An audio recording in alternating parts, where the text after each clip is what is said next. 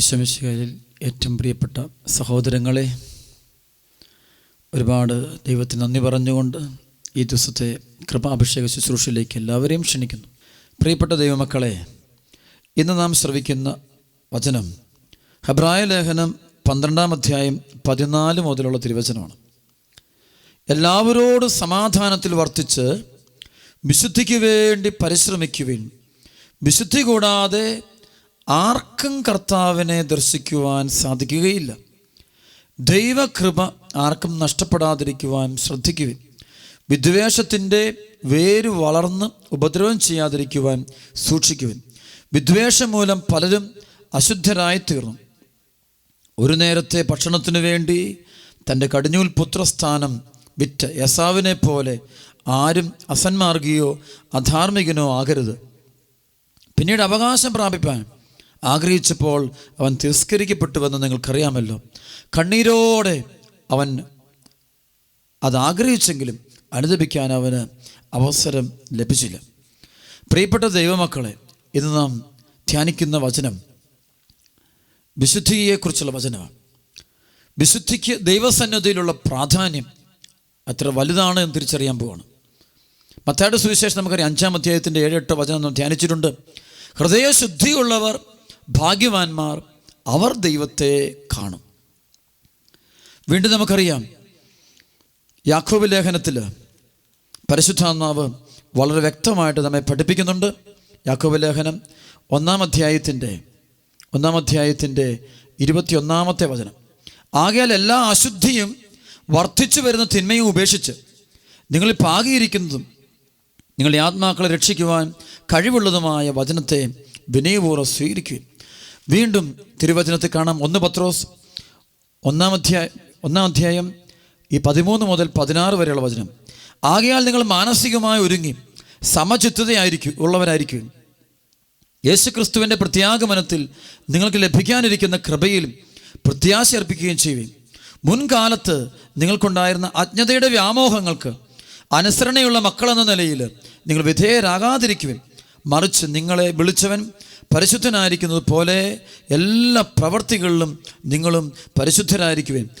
ഇങ്ങനെ എഴുതപ്പെട്ടിരിക്കുന്നു, താൻ പരിശുദ്ധനായിരിക്കുന്നത് കൊണ്ട് നിങ്ങളും പരിശുദ്ധരായിരിക്കുവിൻ. വീണ്ടും തിരുവചനത്തിൽ നാം ധ്യാനിക്കുന്നുണ്ട് 1 യോഹന്നാൻ 3-ാം അധ്യായത്തിൻ്റെ 3-ാമത്തെ വചനം. ഈ പ്രത്യാശയുള്ളവൻ അവിടുന്ന് പരിശുദ്ധനായിരിക്കുന്നത് പോലെ തന്നെ വിശുദ്ധനാക്കുന്നു എന്ന്. പ്രിയപ്പെട്ട ദൈവമക്കളെ, വിശുദ്ധിയിലേക്ക് ദൈവം വിളിച്ചിരിക്കുക. എന്താണ് വിശുദ്ധിയിലേക്കുള്ള വിളിയുടെ പ്രത്യേകത? എന്താണ് നമ്മളോട് ദൈവം വിശുദ്ധരാകണമെന്ന് പറയാൻ കാരണം? എന്തിനാണ് ഈ പരിശുദ്ധിക്ക് ഇത്രമാത്രം പ്രാധാന്യം? എന്താണ് പരിശുദ്ധി?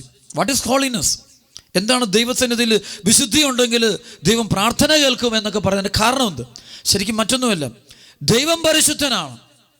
മാലാഖമാർ എപ്പോഴും അവിടുത്തെ സ്തുതിക്കുന്ന പരിശുദ്ധൻ പരിശുദ്ധൻ പരിശുദ്ധൻ, സൈന്യങ്ങളുടെ ദൈവമായ കർത്താവ് പരിശുദ്ധൻ എന്ന് പറയുകയാണ്. അവിടുന്ന് പ്രകാശത്തിൽ ജീവിക്കുന്നു. തിരുവചനം പ്രകാശത്തിൽ നിറഞ്ഞവനാണ്. അവൻ ഇരുട്ടില്ല, അവൻ പ്രകാശമാണ്. ദൈവം പ്രകാശമാണ്. ദൈവത്തിൽ പരിശുദ്ധി നിറഞ്ഞിരിക്കുന്നു.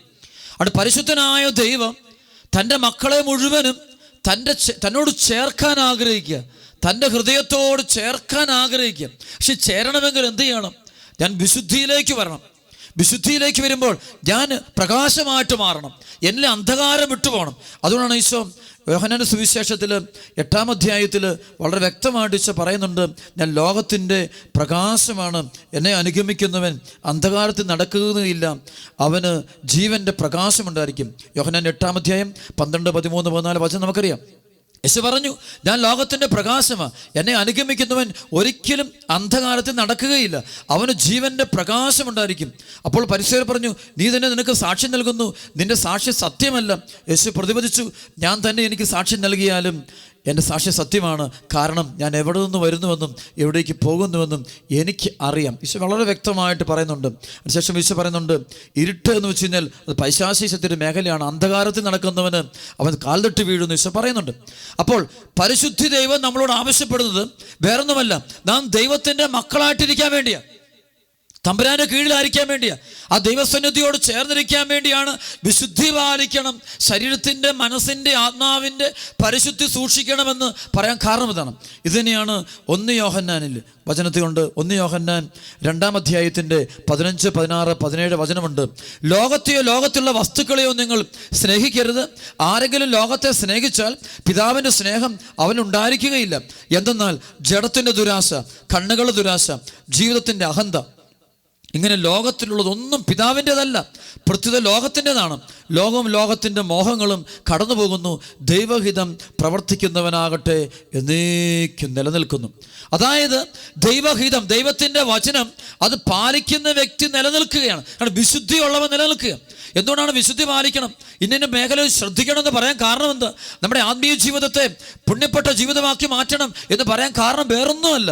ശരിക്കും പറഞ്ഞാൽ നാം ദൈവത്തോട് കൂടെ ആയിരിക്കാൻ ദൈവം ആഗ്രഹിക്കുന്നു. വിശുദ്ധിയുള്ളതിനെ പ്രവേശിക്കാൻ പറ്റുള്ളൂ, അശുദ്ധിയുള്ളത് പുറത്ത്.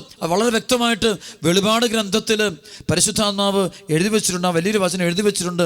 അശുദ്ധി ചെയ്യുന്ന ഓരോ വ്യക്തിയും പുറത്താക്കപ്പെടുന്ന കാണാൻ പറ്റും, അഭിഷേകം നഷ്ടപ്പെട്ടു പോകുന്നത് കാണാൻ പറ്റും. ആ വലിയ വചനം വായിക്കുകയാണ്. വെളിപാട് പുസ്തകത്തിൻ്റെ 21-ാം അധ്യായത്തിൻ്റെ 7-8 വചനം. വിജയം വരിക്കുന്നവന് ഇവയെല്ലാം അവകാശമായി ലഭിക്കും. ഞാൻ അവന് ദൈവവും അവൻ എനിക്ക് മകനുമായിരിക്കും. അതാണ് വിശുദ്ധി പാലിക്കുന്ന, ദൈവകൽപ്പന പാലിക്കുന്ന ഒരുവൻ അവൻ ദൈവത്തിൻ്റെ മകനായിരിക്കും, ദൈവത്തിൻ്റെ മകളായിട്ട് മാറുകയാണ്. അതാണ് ചില പാപത്തോട് നമ്മൾ വിട പറയുമ്പോൾ ചിലവർ കാണാൻ മദ്യപാനം, പുകവലി, മയക്കുമരുന്ന്, ലഹരി, മറ്റ് പാപങ്ങൾ, അതുപോലെ വ്യഭിചാരം, സ്വയംഭോഗം, സ്വർഗ്ഗം, ഇങ്ങനെ അശുദ്ധ പാപങ്ങൾ, മൃഗീയത നിറഞ്ഞ പാപങ്ങൾ. ഈ പാപം ചെയ്യുന്ന വ്യക്തി വിശുദ്ധി നഷ്ടപ്പെടുകയാണ്. പാപത്തിൽ കഴിയുന്ന വ്യക്തിക്ക് വിശുദ്ധി നഷ്ടപ്പെട്ടു പോകും. വിശുദ്ധി നഷ്ടപ്പെടുമ്പോൾ അവൻ എങ്ങനെ ദൈവത്തിൻ്റെ മകനായിട്ട് കഴിയാൻ പറ്റും? ദൈവഭവനത്തിൽ വസിക്കണമെങ്കിൽ അതിന് നിയമമുണ്ട്. സുഖി വിരുന്നിനെ കുറിച്ചുള്ള വചനം ധ്യാനിക്കുമ്പോൾ കാണാൻ പറ്റും, ദൈവം പറഞ്ഞു എല്ലാ മേഖലയിലും പെട്ട ആളുകളെ വിളിച്ചോളാൻ പറഞ്ഞു, വിരുന്നിന് ക്ഷണിക്കാൻ പറയാം. അങ്ങനെ ഭൃത്യന്മാർ പോയിട്ട് എല്ലാ മൂലയിൽ നിന്ന് മുക്കിൽ നിന്ന് എല്ലായിടത്തും ആളുകളെ കൂട്ടിക്കൊണ്ട് വരുന്നുണ്ട്. അവസാനം യജമാനൻ വരുന്നുണ്ട്. രാജാവ് ഇറങ്ങി ചെല്ലുമ്പോൾ വിവാഹ വസ്ത്രം ധരിക്കാത്ത ഒരുവനെ ആ കൂട്ടത്തിൽ കണ്ടു. അവനെ പിടിച്ച് പുറത്താക്കുന്നത് കാണാൻ പറ്റും. എന്താണ് വിവാഹ വസ്ത്രം? എന്താ? വിശുദ്ധിയാണിത്. അതായത് ദൈവവചനം അനുസരിച്ചുള്ള ജീവിതമാണ് വിശുദ്ധി. വിശുദ്ധി എന്ന് വെച്ചാൽ ഈശോയെ അനുസരിക്കുന്ന വ്യക്തിയാണ് വിശുദ്ധനായ വ്യക്തി. മറ്റാരെല്ലാം അവനെ അനുസരിക്കുന്നത് ദൈവത്തെ അനുസരിക്കുന്ന വ്യക്തിയാണ്. അതാണ് കൃപയുടെ ജീവിതം. അത് ദൈവത്തിൻ്റെ പരിശുദ്ധിയിൽ എനിക്ക് പങ്കുപറ്റാൻ പറ്റണമെങ്കിൽ അവിടെ ഞാൻ ചെയ്യേണ്ട കാര്യം, ഞാൻ വിശുദ്ധി പാലിക്കണം, വിശുദ്ധിയുടെ ജീവിതം. അപ്പോഴാണ് ദൈവം പറയാണ്, ഞാൻ അവന് ദൈവവും അവൻ എനിക്ക് മകനുമായിരിക്കും. എന്നാൽ ഭീരുക്കൾ, അവിശ്വാസികൾ, ദുർമാർഗികൾ, കൊലപാതകികൾ, വ്യഭിചാരികൾ, മന്ത്രവാദികൾ, വിഗ്രഹാരാധകർ, കാപട്യക്കാർ എന്നിവരുടെ ഓഹരി തീയും ഗന്ധകവും എരിയുന്ന തടാകവുമായിരിക്കും. ഇതാണ് 2ാമത്തെ മരണമെന്ന് പറയുന്നത്. പ്രിയപ്പെട്ടവർ, അതാണ് അശുദ്ധിയാണ്. അപ്പം ഈ വിധ പാപം ചെയ്യുന്നൊരു വ്യക്തിക്ക് വിശുദ്ധി നഷ്ടപ്പെട്ടു പോവുകയാണ്, തൻ്റെ കൃപ നഷ്ടപ്പെട്ടു പോവുകയാണ്, ബന്ധനത്തിലായി പോവുകയാണ്. അതാണ് ബന്ധനാവസ്ഥ. ദുഷ്ടപിശാചുകൾ ഇന്ന് ഒരുപാട് മക്കളെ പാപം ചെയ്യിച്ച് അവൻ്റെ അടിമകളാക്കി, അവൻ്റെ മക്കളാക്കി. അതാണ് ഇപ്പം യോഹന്നാൻ ശ്ലീഹ വളരെ വ്യക്തമായിട്ട് പറയുന്നുണ്ട്. 1 യോഹന്നാൻ 3-ാം അധ്യായത്തിൽ 7 മുതൽ 10 വരെയുള്ള വചനം. കുഞ്ഞുമക്കളെ, നിങ്ങളെ ആരും വഴിതെറ്റിക്കാതിരിക്കട്ടെ. നീതി പ്രവർത്തിക്കുന്ന ഏവനും അവൻ നീതിമാനായിരിക്കുന്നത് പോലെ നീതിമാനാണ്. പാപം ചെയ്യുന്നവൻ പിശാചിൽ നിന്നുള്ളവനാണ്. എന്തെന്നാൽ പിശാച് ആദ്യം മുതലേ പാപം ചെയ്യുന്നവനാണ്. പിശാചിൻ്റെ പ്രവൃത്തികളെ നശിപ്പിക്കുന്നതിന് വേണ്ടിയാണ് ദൈവപുത്രൻ പ്രത്യക്ഷനായത്. ദൈവത്തിൽ നിന്ന് ജനിച്ച് ഒരുവനും പാപം ചെയ്യുന്നില്ല, കാരണം ദൈവ ചൈതന്യം അവനെ വസിക്കുന്നു. അവൻ ദൈവത്തിൽ നിന്ന് ജനിച്ചവനായതുകൊണ്ട് അവന് പാപം ചെയ്യാൻ സാധ്യമല്ല.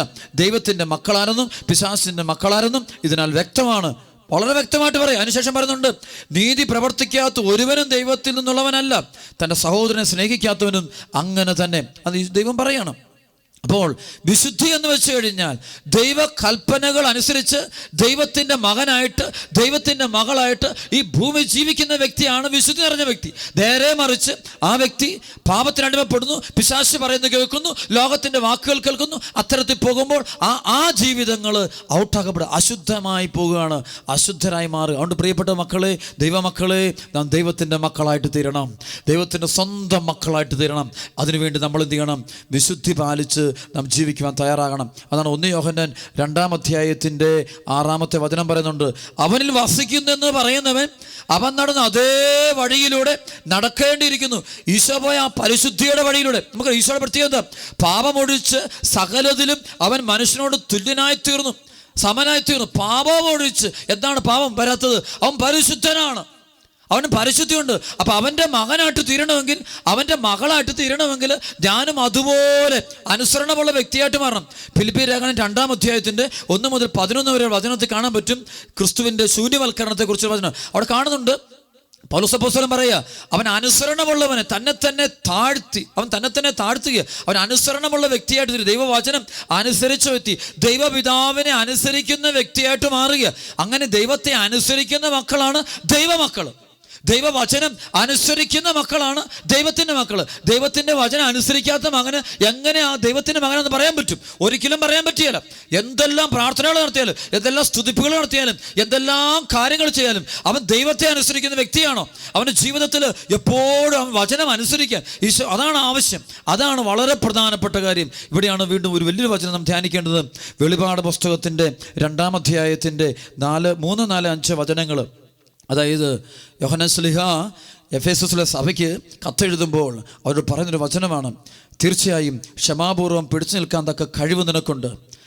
എൻ്റെ നാമത്തെ പ്രതി പീഡകൾ സഹിച്ചിട്ട് നീ ക്ഷീണിച്ചിട്ടില്ല. എങ്കിലും നിനക്കെതിരെ എനിക്കൊന്ന് പറയാനുണ്ട്. നിനക്ക് ആദ്യമുണ്ടായിരുന്ന സ്നേഹം നീ കൈവിടിഞ്ഞു. അതിനാൽ നീ ഏതവസ്ഥയിൽ നിന്നാണ് അധപ്പതിച്ചതെന്ന് ചിന്തിക്കുക, അനുദപിച്ച് ആദ്യത്തെ പ്രവർത്തികൾ ചെയ്യുക. അല്ലെങ്കിൽ ഞാൻ നിൻ്റെ അടുത്ത് വരികയും നിൻ്റെ ദീപപീഠം അതിൻ്റെ സ്ഥലത്ത് നിന്ന് നീക്കി കളയുകയും ചെയ്യും. എന്താണ് ഇവിടെ അർത്ഥം? എന്താണ് ഇവിടെ വലിയ വചനമാണ്. നിനക്ക് ആദ്യമുണ്ടായ സ്നേഹം നീ കൈവിടിഞ്ഞു.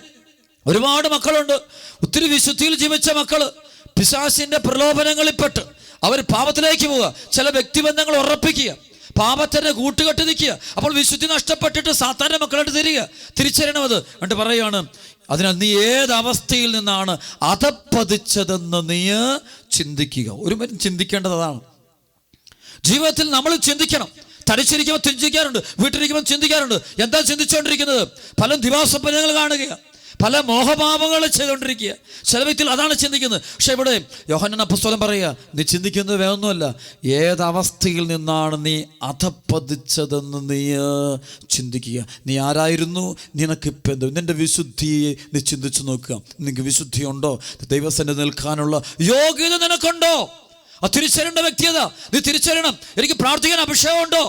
ധ്യാനം ചെയ്യുമ്പോൾ ഒരു വിശുദ്ധ കുർബാനയിൽ പങ്കുചേരുമ്പോൾ എനിക്ക് ജീവിത വിശുദ്ധിയുണ്ടോ?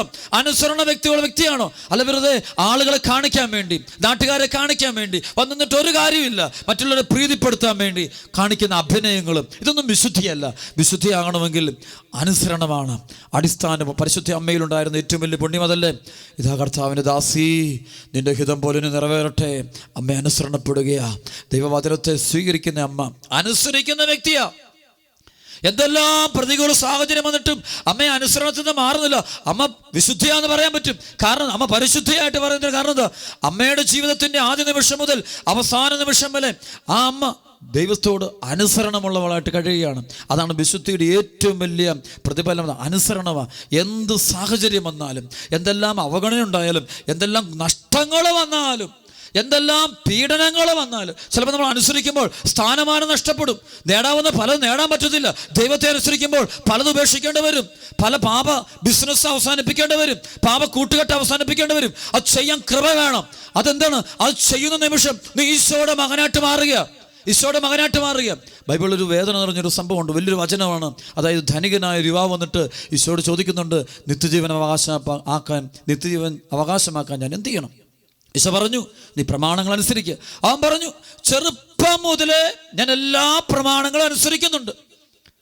അപ്പോൾ ഈശോ പറഞ്ഞു, നിനക്കൊരു കുറവുണ്ട്, നീ പോയി നിനക്കുള്ളത് മുഴുവൻ വിറ്റ് ദരിദ്രർക്ക് കൊടുക്കുക, അതിനുശേഷം വന്ന് നീ എന്നെ അനുഗമിക്കുക. ജീസസ് ഓഫ് നാസറത്ത് എന്ന് പറയുന്ന ഫിലിമിൽ ഈ സംഭവം കാണിക്കുമ്പോൾ ഒരു ഹൃദയസ്പർശിയായ ഒരു സംഭവമായിട്ടാണ് അവർ കാണിക്കുന്നത്. വളരെ മനോഹരമായിട്ടാണ് സംഭവം. ഇതാണ്, ഈ ധനികനായ യുവാവ് വന്ന് ഈശോയോട് പറയുകയും ഈശോ മറുപടി കൊടുക്കുകയും ചെയ്യുന്നു. നീ പോയി നിനക്കുള്ളത് മുഴുവൻ വിറ്റിട്ട് ദരിദ്രർക്ക് കൊടുക്കുക എന്ന് പറയുമ്പോൾ അവിടെ അപ്പോസ്തലന്മാരെല്ലാവരും നോക്കി നിൽക്കുക. അവൻ മിടുക്കനായിട്ട് വരുന്ന ഇവൻ ഈശോയുടെ മുഖത്തുനിന്ന് പതുക്കെ അവൻ പുറകോട്ട് മാറി ഓരോ സ്റ്റെപ്പ് പുറകോട്ട് എടുത്ത് വെച്ചിട്ട് അവൻ പോവുകയാ. കുറച്ചും കൂടി പുറകോട്ട് പോയിട്ട് അവൻ തിരിഞ്ഞ് ഈശോ നോക്കും. ആ നോക്കുന്ന സമയത്ത് ഈശോ ഇവനെ നോക്കുന്നുണ്ട്. ഈശോയുടെ കണ്ണ് നിറഞ്ഞു നിൽക്കുന്ന കാണാൻ പറ്റും. അതായത് സകല സമ്പത്തിൻ്റെ ഉടയവനായ ദൈവം, നാളെ ഇവൻ മരിച്ചു കഴിയുമ്പോൾ ഇവൻ ചെന്ന് കണ്ടുമുട്ടേണ്ട ദൈവം, ഇവൻ്റെ ജീവിതത്തിൻ്റെ തീരുമാനമെടുക്കേണ്ട ദൈവം, പരിശുദ്ധനായ ദൈവം, ആ പരിശുദ്ധിയിലേക്ക് അവനെ വിളിക്കുമ്പോൾ എല്ലാം ഉപേക്ഷിച്ചിട്ട് നീ എൻ്റെ മകനായിരിക്കുക എന്ന് പറയുന്ന വലിയ വിളി, അവൻ്റെ ഭൗതിക വസ്തുവിൻ്റെ മുമ്പിൽ വെച്ചിട്ട് അവൻ വില പറയുക. ആരെ വേണം? ഈശോയെ വേണോ ലോകത്തെ വേണോ? ഈ തലമുറയിൽ അനേക മക്കള് ഈശോയെ തള്ളിക്കളഞ്ഞിട്ട് ലോകത്തെ മതി എന്ന് പറയുമ്പോൾ കുഴപ്പമില്ല മക്കളെ, നാളെ നിന്റെ മരണമുണ്ട്. അടുത്ത നാളുകൾ നിന്റെ മരണം നടക്കും. 10, 30, 40, 50 വർഷം കഴിയുമ്പോൾ നീ ഭൂമിയോട് വിട പറയേണ്ട വ്യക്തിയാണ്. അപ്പോൾ നീ ഈ തള്ളിക്കളഞ്ഞ ദൈവത്തിൻ്റെ സന്നിധിയിലോട്ട് ചെന്ന് തന്നെ നീ ഒരു ചോദ്യം ചോദിക്കേണ്ടി വരും. കർത്താവിനെ സ്വീകരിക്കണേ.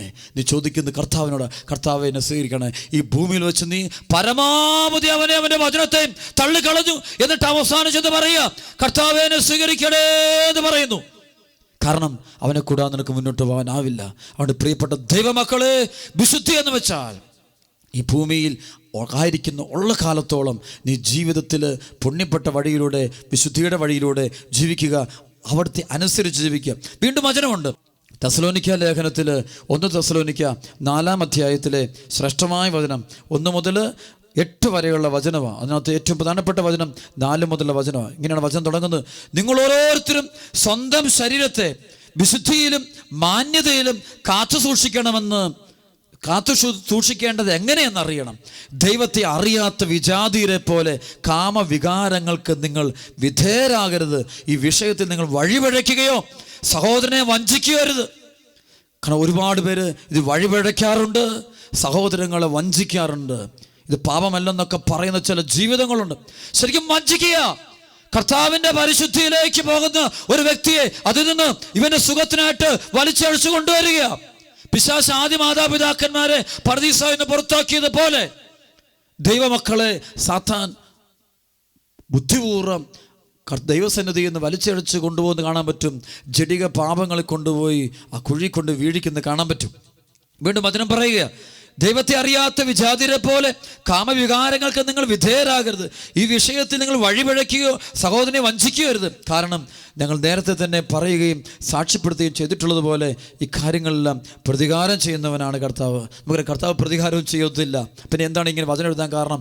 പൗലോസ് അപ്പോസ്തലന്റെ ഉള്ളിലെ വേദന പങ്കുവയ്ക്കുക, അതേപോലെ തുറന്ന് പറയുക.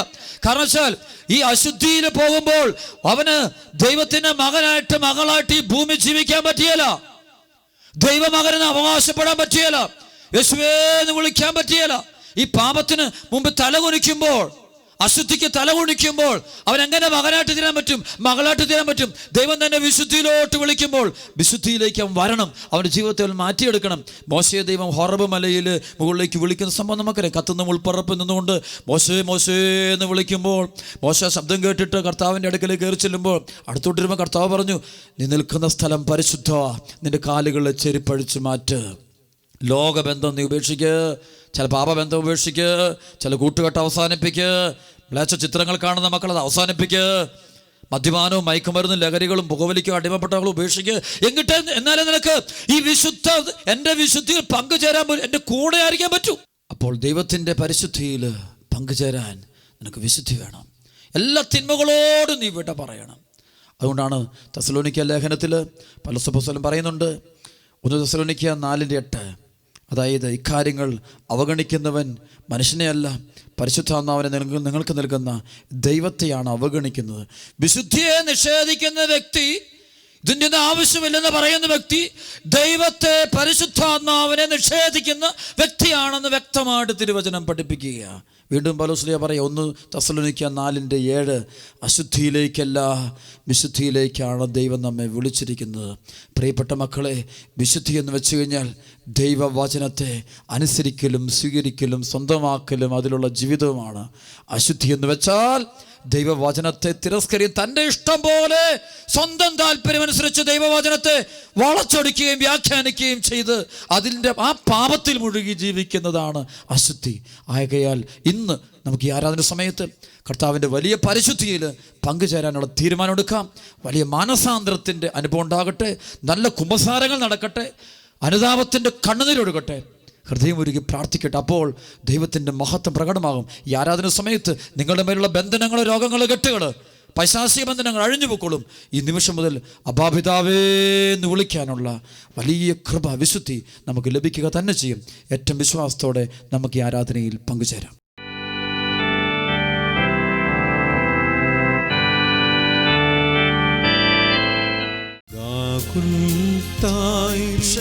ഒഴുകും തിരുച്ചോരയാ എല്ലാ മക്കളെയും പാപിയാമെന്നെ കഴുകേണമേ യേശുവേ. ഈ സമയത്ത് എല്ലാ മക്കളെയും അങ്ങയുടെ തിരുരക്തം കഴുകണേ. തായിൽ നിന്നൊഴുകും തിരുച്ചോരയാ അശുദ്ധിയിൽ ഞങ്ങൾക്ക് മോചനം തരണമേ. പാപിയാമെന്നെ കഴുകേണമേ യേശുവേ.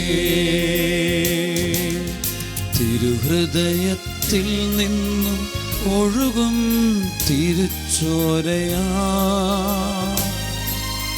പാപിയാമെന്നെ കഴുകേണമേ യേശുവേ. കഴുകണമേ. തിരുഹൃദയത്തിൽ നിന്നും ഒഴുകും തിരുച്ചോരയാ എല്ലാ ബന്ധനങ്ങൾ അഴിയട്ടെ യേശുനാമത്തിൽ. പാപിയാമെന്നെ കഴുകേണമേ യേശുനാമത്തിൽ.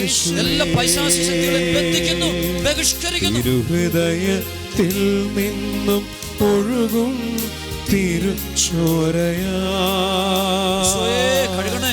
പാപിയാമെന്നെ കഴുകേണമേ സമയം യേശുവേ. തായിൽ നിന്നൊഴുകും തിരുച്ചോരയാ പാപിയാമെന്നെ കഴുകേണമേ യേശുവേ. തായിൽ നിന്നൊഴുകും തിരുച്ചോരയാ പാപിയാമെന്നെ കഴുകേണമേ യേശുവേ. തിരുഹൃദയത്തിൽ നിന്നും ഒഴുകും തിരുച്ചോരയാ പാപിയാമെന്നെ കഴുകേണമേ യേശുവേ. ഈ സമയത്ത് പ്രത്യേക നിയോഗങ്ങൾ സമർപ്പിച്ചുകൊണ്ടിരിക്കുന്ന മക്കള്, ചില പ്രതിസന്ധിയിൽ കഴിയുന്ന മക്കള്, ഒറ്റപ്പെട്ടിരിക്കുന്ന മക്കള്, ചില തീരുമാനങ്ങൾ എടുക്കാൻ വിഷമിക്കുന്ന മക്കള്, ഒരുപാട് മാനസിക തകർച്ച, ഒറ്റപ്പെടൽ, വേദന, സങ്കടം, ദുഃഖം, പ്രയാസങ്ങൾ, കഷ്ടത അനുഭവിക്കുന്ന മക്കൾ, ആരോരുമില്ലാത്ത പാവപ്പെട്ട മക്കൾ, ഈശോയെ ഇവരെ പ്രത്യേകം നീ പരിഗണിക്കണമേ. ഈശോ ഈ മക്കളുടെ ചെറുതും വലുതുമായ എല്ലാ ആവശ്യങ്ങളെയും അങ്ങയുടെ മുമ്പാകെ സമർപ്പിക്കുന്ന കർത്താവേ, അനുഗ്രഹിക്കണമേ. അങ്ങയുടെ കൃപയൊഴുക്കണമേ. അങ്ങയുടെ തിരുവിലാവിൽ നിന്ന് തിരുരക്തം ചൊരിയണമേ കർത്താവ്. ഈ സമയത്ത് ലോകം മുഴുവനിലും അർപ്പിച്ചുകൊണ്ടിരിക്കുന്ന അങ്ങയുടെ ബലിയിൽ നിന്ന് വലിയ ശക്തി ഈ മക്കളിലേക്ക്, ഞങ്ങളിലേക്ക് എല്ലാം വർഷിക്കണേ, വർഷിക്കണേ, വർഷിക്കണേ, വർഷിക്കണേ, വർഷിക്കണേ. ഹല്ലേലൂയ, ഹല്ലേലൂയ,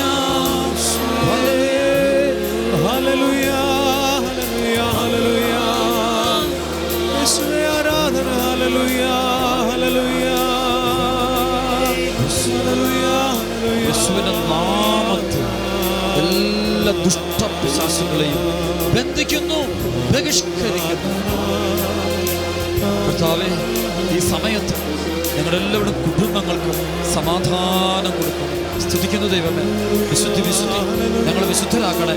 ഞങ്ങൾക്ക് എല്ലാവർക്കും വിശുദ്ധരാകണം, ഞങ്ങൾക്ക് എല്ലാവർക്കും വിശുദ്ധരാകണം.